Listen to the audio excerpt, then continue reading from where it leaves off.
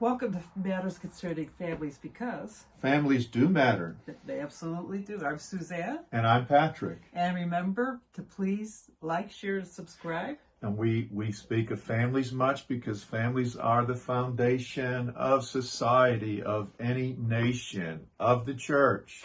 So here we go. We're going to talk about men again. And so we're in what we would call, some people call it a man cave. I just call it a getaway. It's a place that I go to pray and to study and to do those kinds of things and just have time by myself. Yeah, a little solitude in the kind of in the manly setting here.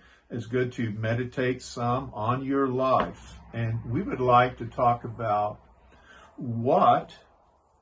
who would be worthy to marry my daughter? What kind of man would I say? That's a really good way to put that. Okay. You passed the test. Mm-hmm.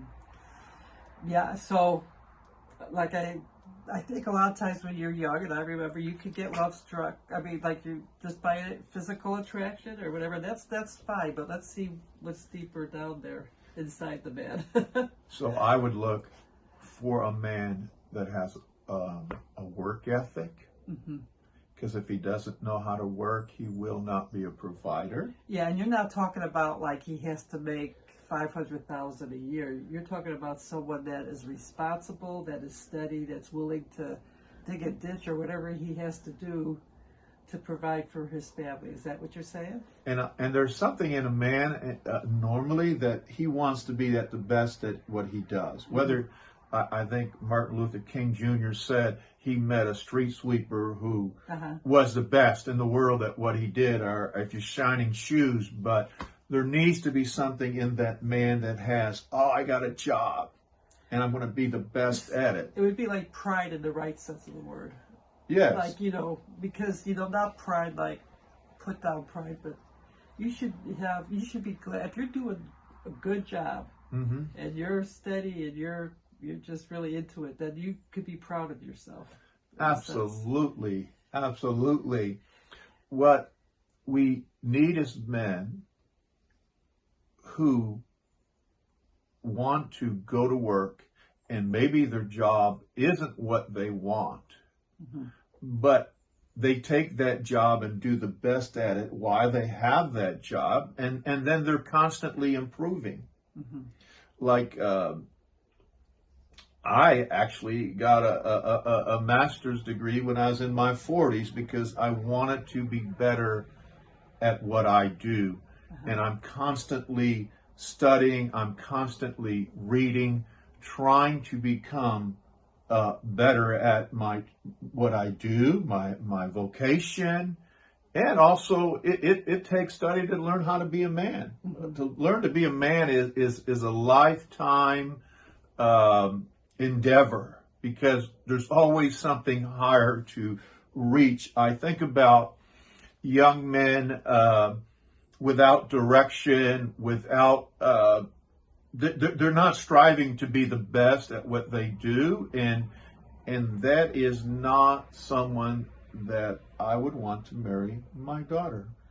So, would you say that some things in a man are like natural instinct, like God puts certain things in a man, but maybe because of society or like it's an anti-man society.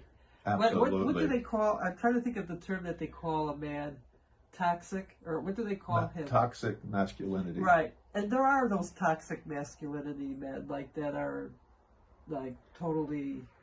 They're a mess. Yeah, they're a mess. But a lot of times, and the problem is, if you eliminate the real men, the toxic men take over, and they're the ones raping. They're the ones not doing their jobs. They're the ones bumming out, and they will damage society. But when you find a man, he will step in and do his job. And sometimes society will label those men that are men, like real men, toxic because men are supposed to basically take charge. They are supposed to be. They have to have some kind of aggression. Now,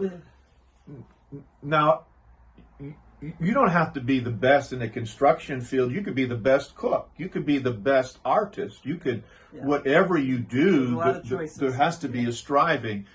But what I hate is when men, if they're complaining about their jobs, I have a problem with that because they're going to complain about the wives and their children because some things are mundane. You just do them because you need to do them to get better or to provide, and but it's your responsibility, as I said, is if you want to do something else, you don't just leave that alone. You go and improve your skills or your talents so you can move up in your vocation. Yeah, like there are the mundane things of life, just in life, right? So you just have to be willing to have a sense of duty to be able to get things done, and that's what a man does, right? So we would not just let anybody come around That's and, right. and take one of my daughters away through marriage who is not responsible. And on the other, like we talked about, like being responsible, being aggressive in a sense, but also a real man is a gentleman. Absolutely. A real man knows when to be strong and when to be gentle. And I would watch, as I've said many times, I would watch the man, the young man who's interested in marriage. How does he treat his mother? How does he treat his sisters? Or even if How does he treat his dog, his animal? that is so good, yeah. Because we don't need abusive men. That's not good. That's not That's not masculine. manly. No. And masculinity is not how many girls you're with. Yeah, or how many beers you can chug down. Yeah, that's not masculinity, or how fast you can run, or who you can knock over. We need men who know how to rule a home, fight the devil, put the fear of God in the devil, that the devil would tremble to come around this man because he has a prayer life with God, and he's a protector, and young men need to be spiritual. That's really good. They absolutely do. That's the best route, and that's not like some people might say, well, that's boring, but absolutely it's not. And Absolutely. so the most spiritual men will be the funnest men to be around. Absolutely. That's another thing. A man needs to know how to have a good time. That's absolutely right. If this man has younger sisters, our brothers, and he's not playing with them, he's not going to play with his children either. And if you don't love your little girls and put your arms around them as a father, as a masculine man, they'll find someone else to put their arms around your children.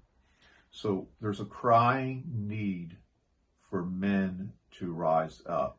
And I think that's what a man is. Somebody that will rise up when needed, somebody that will stand in, I'm not, like, if you could just take the example, like you heard about past stories in the military or whatever, like where people joined because, one reason is because they want to stand up and take their place to help the country or whatever. That's just a real easy example to give what some people do.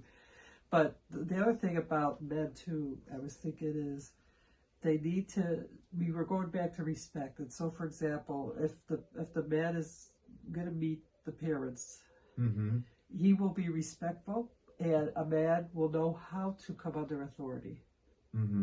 Absolutely. That's like, those are two important things. If you cannot follow, you cannot lead. Because I think a lot of marriages could get in trouble when a man does not know how to come under authority, and he only respects his own authority.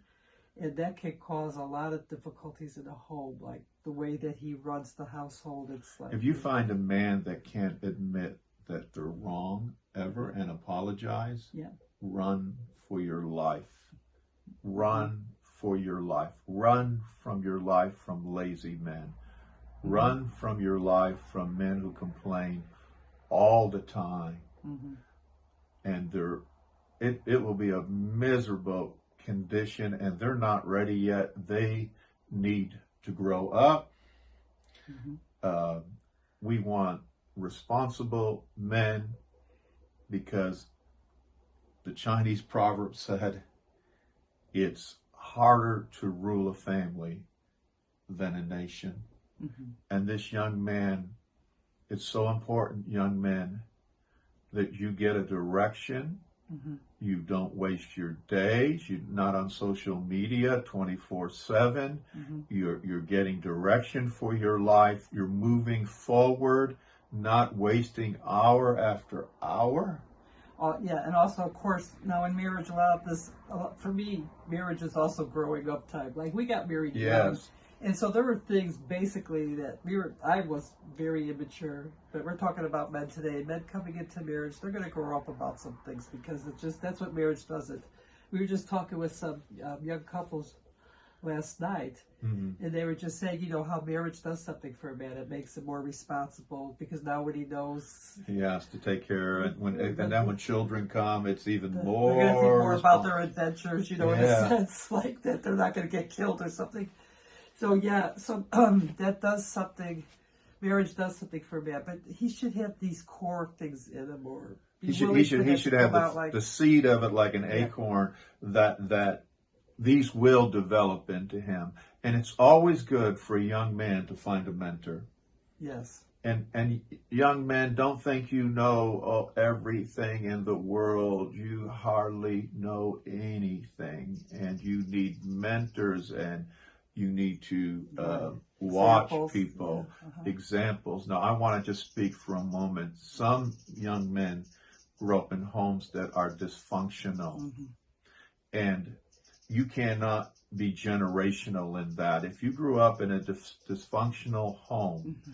you have to make a commitment that no, this is stopping at my generation, and my children will not grow up in a dysfunctional home. Mm-hmm. And sometimes you don't even know what that looks like. Right. And that's why we're here. That's one of the reasons that we're doing Mm-hmm. these, so we can teach people how to, young men, young women, how to function properly. My wife will be speaking more about young men, young women, what a man would look into for a future wife. And of course, you need God to direct you and help you. Yes, you do. He will direct you who you need. But be sure, whoever you marry, Mm-hmm. there's going to be real work to do. Yes, And definitely. if you're not working before you're married, you're not ready to get married, because that's when the work begins. Right. It's not like you get married and you just live in dreamland ever after. There's a definite work. You need to put 100% into the relationship, but that's going to mean that you're going to have to make some changes in your life. It's going to mean Absolutely. there's going to be just a lot of things that are going to come up. You're going to have to. Life is going to serve you some challenges, and you'll need to have to, grow up in there or learn or say, "Oh, I thought wrong about this." And young men, be pure. Be pure. Because if you're with a lot of women before you are with your wife, Mm-hmm. all those women will constantly be coming to your mind Mm-hmm. and messing with your mind. Be pure.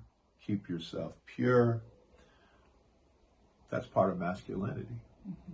That's part of denying yourself and suffering.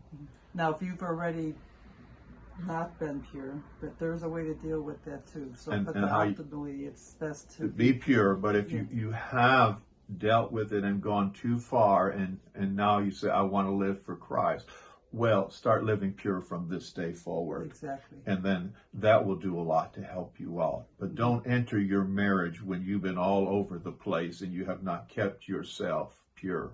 Mm-hmm. Well, there's probably a lot more we could say, but maybe we should save it for another time. What do you think? Yeah, we'll save that for another time. There's a whole lot more to get into, but this is just covering the surface on some areas. So thank you for being with us. And if you have any comments or questions, please feel free to do so.